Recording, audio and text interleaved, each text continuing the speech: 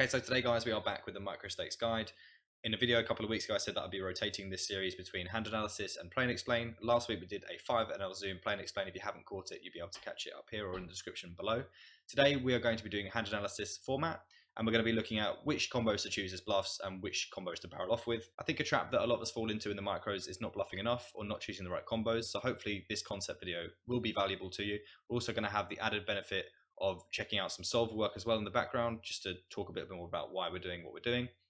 So hopefully you guys will really enjoy that. If you do enjoy the content, then please do consider subscribing and dropping a like. It really helps me out. I'm almost at 1,000 subscribers, guys, so I really appreciate all your support. Without further ado, let's look at the 6-5 of clubs. It's worth quickly mentioning, guys, that this hand is played on Party Poker, and I had a very small stint on the site a couple of weeks ago that this hand is from. And I have no label, no hands on this guy whatsoever, so it made sense for me to use a solver in this case a little bit more than usual, because I have no reason to deviate from a solid strategy or reason to exploit this opponent at all. Okay, so we're going to be splitting this into a few segments. We're going to put pre-flop and flop together, and then we're going to do turn and river, and in between each segment, we're going to have a look at what the solver's doing, just to give you guys an idea. And we're opening 6-5 of clubs from the hijack, which is very normal, and the button 3 bets. We're 167 effective here, and I think we can just go ahead and call all the time here. We may use this 100 big blinds deep to mix between call and fold, which I think is reasonable, but I think getting these odds is a pretty good reason to go ahead and call all the time. And we're going to be 4-betting like super infrequently at these stack depths. We'll use obviously our very best hands and a couple of bluffs maybe, but nothing much to say there. 8-10-4 with 2 diamonds, and we go for a check, which we're doing with everything, and our opponent goes small. Now, we want to decide whether we want to check raise this hand or go for a check call. I think check call is a bit too passive. There aren't enough turn cards that we're going to have a lot of playability on when we decide to check call. We're going to have to check a lot of turns, and then we're just going to have to do a lot of folding. I would much rather use this hand as a check raise. We get to apply a lot of pressure on a lot of turns. Obviously, a 7 is very good for us, and a club we can use to barrel as well. So I think I like this as a check raise. We obviously don't have to see a club or a 7 to start to keep barreling. We can just apply a lot of pressure in general. We're going to have pocket 4s at these stack devs. We're going to have 10s. We're going to have pocket 8s. So we have a lot of very good hands. We've got a couple of combo draws as well, like Queen Jack and King Queen of Diamonds. But we may not necessarily want to go ahead and check raise those off the rip, just for a couple of reasons that we'll look into when we look at the solver. But mainly, we don't want to check raise many of our diamond draws that have a chance of being dominated by other diamond draws, because we don't want to have to call off when he goes all in, unless we have a dominating draw ourselves. Something like ace 5 of diamonds makes a lot of sense here to go for a check raise as well, because it can withstand all ins. So we decide to go for a raise, and we go for 22. I know it's a bit of a meme sizing, but I think it works quite well here. So yeah, like I said, kind of hands we're going to have pocket 4s, pocket 8s. We can mix 10s in there. We've got this hand, got a couple of combo draws that we could decide to mix in. But I think this one works really well for the reasons we've said. And our opponent elects to call. Now, obviously, he's going to have some overpairs, maybe some diamond draws himself that don't want to 3-bet flop, like strong diamond draws, which obviously are doing really badly if I did have something like ace 5 of diamonds. So his call doesn't mean too much. He's probably going to continue by calling quite frequently here. We're going to have some bluffs for sure, obviously. He's going to have like pocket 8s and pocket. He might not have pocket 8s actually, but he can have pocket 10s for sure. He doesn't have 4s, but he does have all the overpairs that are probably just going to want to defend here in general. So we'll go ahead now and take a look at what the solver thinks about this spot. So here is the solve, guys. I don't want to spend too much time talking about the ins and outs of it, the ranges, etc. It's just to give you guys a brief overview of what it's going to be doing in this spot and why I think it's doing what it's doing in this spot. I don't want to spend ages going over it and making this a super long video, but just to give you a general idea, we may do an introduction to solvers video. If you guys are interested, you want to see that, let me know. But as you can see, guys, after our opponent bets small, the solver does like to do a lot of raising with specifically 6-5 of clubs. It's doing even less with 6-5 of diamonds, which you guys may find interesting. And the reason this is just because it doesn't like to get the money in with dominated draws. So, for example, if we raised here and our opponent decided to go all in with like ace queen of diamonds, we're in a super horrible spot. Whereas we have equity on further streets when we just call.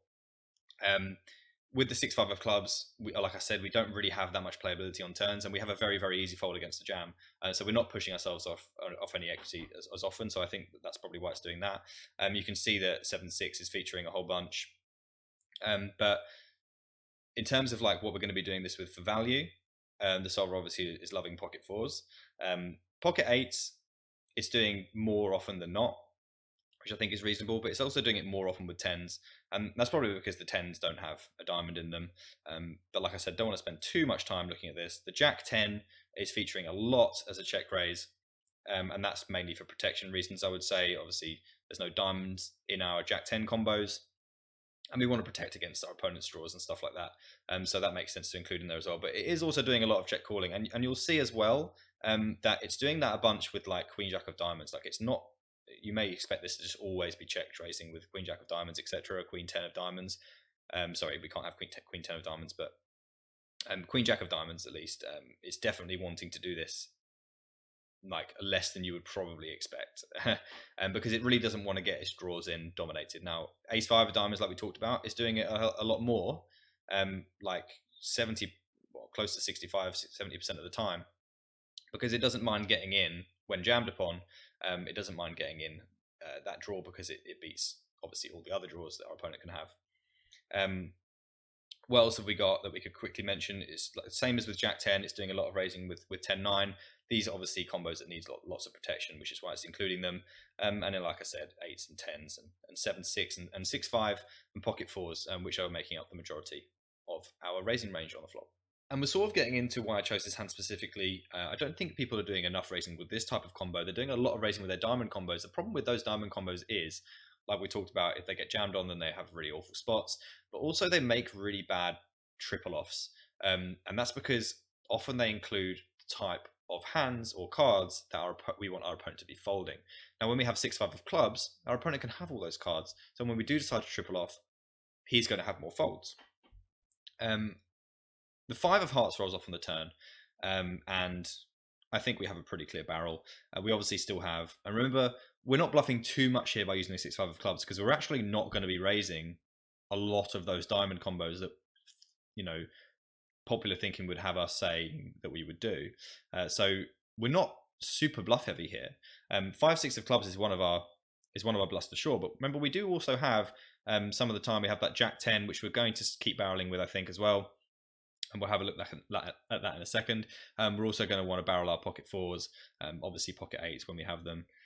And yeah, this one makes a lot of sense as well. And obviously picking up a 5 also is really nice. We can now probably win on a 5 and a 6 as well. So we're sort of using that as like a kind of a draw in a way.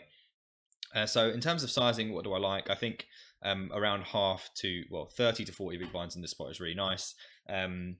I don't see any sense in going bigger or smaller. The smaller is definitely not applying enough pressure, and bigger is geometrically leaving us in a tough spot by river. This is leaving like 120 in the middle with 106 left, which I think feels pretty good. We're also getting good enough value from our value hands, and also I think probably generating enough fold equity as well.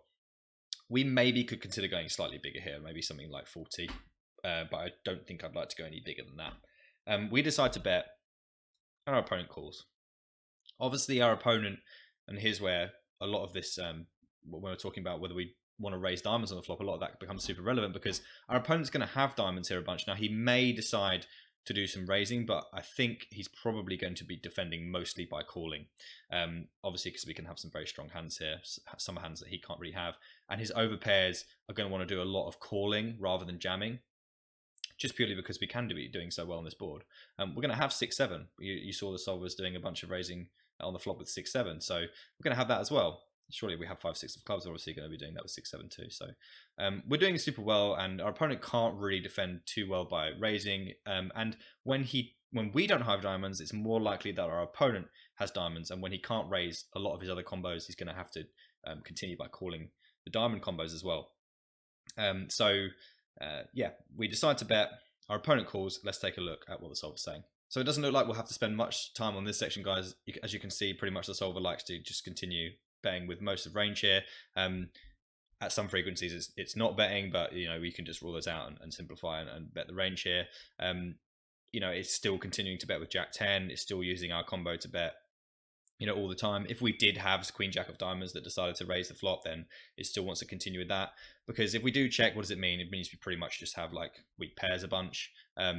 Because we're going to want to continue with the set for sure on this card. We're going to want to continue with our flush draws to apply pressure. So checking then becomes really bad with this kind of hand. So it's just going to continue to try and protect its equity against those diamond draws it unblocks.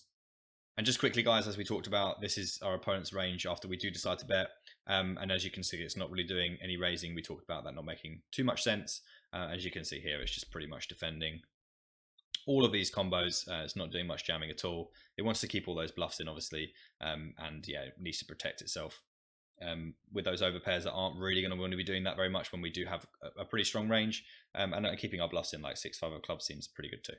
So what we're really getting at here, guys, and why I've chosen this hand in particular is because I think that a lot of players at microstakes are just going to have the problem that they end up getting to this river with Queen Jack of Diamonds a whole bunch, and less often 6-5 of clubs. Even though Queen Jack of Diamonds now on 3 of Spades, for example, makes a terrible bluffing hand because we want our opponent to have stuff like the Jack of Diamonds and the Queen of Diamonds, like Ace Jack, Ace Jack of Diamonds, Queen Jack of Diamonds, King Queen of Diamonds, all sorts of stuff like that.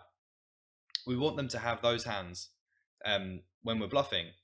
Now, obviously, you'll be thinking we beat those hands, so what's the problem? But we can't really check call with 5-6 of clubs because we have really bad removal. Like we can't block any of his really strong hands apart from like 7-6 of clubs specifically. Like aces and kings and eights and tens are going to have pretty easy shoves. So, you know, 5-6 of clubs does a terrible job of check calling, a much worse job of check calling than some of our other check calls. So, for example, Jack 10 and 10-9, which block top set, which is going to be a very popular jam for our opponent. So, only blocking 7-6 of clubs seems a lot worse than having a 10 here. So if we check call this as well, we're starting to check call way too often. We also get to stop our opponent from, you know, bluffing ourselves with hand. Since we can't check call with his hand, if our opponent was just to bluff with like, you know, Queen 9 of Diamonds or Jack 9 of Diamonds himself, then we have to fold this particular combo for those reasons. So it makes more sense to include as a bluff. We also get our opponent to fold better hands than this. So for example, like if our opponent's got sticky with like jacks and obviously queens he's gonna have to do a bunch of folding because our range doesn't include like all that many, you know, bluffs. We especially don't have diamonds, so we're not bluffing like super often here. We're obviously gonna have bluffs, but look at all the value we have. We have 7-6, we have pocket 8s, we have pocket 4s, we have pocket 10s. We're doing absolutely fine for value, and if we're not going to be bluffing those diamond combos, which we shouldn't be, then, you know, suddenly we have like still quite a lot of value, and we shouldn't be too concerned about getting this in. Our opponent is not going to be thrilled about having queens in this spot. If he did call the turn with jacks, which, you know, in these stakes they're going to do a bunch, you know, how thrilled are you here? And even then, even though what we might see in a second here that the solver's doing a bunch of calling with some 10x aces and kings, what does your general microstakes player here do with those hands? You might be thinking they get pretty sticky, but a lot of them are just going to be really upset, especially this deep. They're going to be really upset to have those hands. They are going to overfold here. So exploitatively, even, this makes a great bluff on the river because our opponent's not going to be calling the correct amount of the time. So, you know, while it may make less sense in essence that, you know, we can beat our opponent's diamond combos, it makes more sense in an exploitative sense because our opponent's going to be overfolding to this jam because he knows we're going to have some serious value here also. That said, we're all in. And yeah, our opponent on this occasion does go for the fold. But we're going to look at the solve now and see the kind of thing that we were just talking about. So our opponent calls the turn, guys, and as you can see, the solver is checking stuff like Jack 10, it's checking stuff like 10-9. It's also checking stuff like pocket 10s to actually call, but then jamming pocket 8s. But as we look over here, guys, you can see that the Queen Jack of Diamonds is actually just like never bluffing here, and just for the reasons that we were talking about. King Jack of Diamonds is doing it a little bit more often, and those are some for very particular reasons, but it still doesn't like it very much. It doesn't like bluffing, as you can see again here with the King Queen of Diamonds. It doesn't like bluffing with those combos. So what I'm talking about, microstakes players, a lot of people are going to have the diamond combos here, and when they get to the river, not enough unnatural bluffs that make a lot more sense than those diamond bluffs. They therefore are bluffing in these spots that they shouldn't be way too often. What it is doing, as you can see, is getting in its pocket 4s, obviously, like we talked about, the 7-6, like we talked about, the pocket 8s. You know, it's not doing anything really with ace 5 of diamonds either. It is doing some value jamming a little bit at the time with the ace-10. But that's mostly because we're going to get looked up by some weaker tens that not necessarily we're not going to necessarily see in our games. But like I said, we're doing a bunch of checking with Jack 10, 10 9, and then our value jams, pocket fours, 7 6, 8, and then what does it think our best bluffs are? As you can see, guys, when we're not bluffing those diamonds, we're running out of combos, and as you can see, 100% of the time, 6-5 of clubs and 6-5 of spades are going to be featuring to balance out those strong value bets. Now, it's worth looking quickly at, after we go for the jam, what our opponent's going to be calling with, straights, sets. But, if it did have pocket jacks, it would be folding here, but it did a bunch of folding on the turn that we didn't show you. Pocket queens is not happy about calling in a theory sense, but like we talked about, the kings and the aces are there. But how unhappy is the general microstakes ball going to be by facing this particular jam on the river? Pretty sad. So exploitatively, even this bluff makes a lot of sense. And like I said, unblocking all our opponent's folds, a lot of our opponent's folds, feels a lot better than having something like Queen Jack of Diamonds. And I hope that by looking through this particular hand, you guys can see that. So that's going to do it, guys, for this episode of the Microstakes Guide. I hope you enjoyed the new angle that I used with a little bit of solver work in the background. Let me know how you felt about that, if you felt that it worked, if you want to see more of it, if you want to see less of it, then do let me know. If you did enjoy the video, please do consider subscribing and liking the video. It does really help me out. If you have any questions or comments about the hand, please do let me know in the comment section below. For now, guys, that's going to do it. Take care, stay safe, and I will see you on the next one.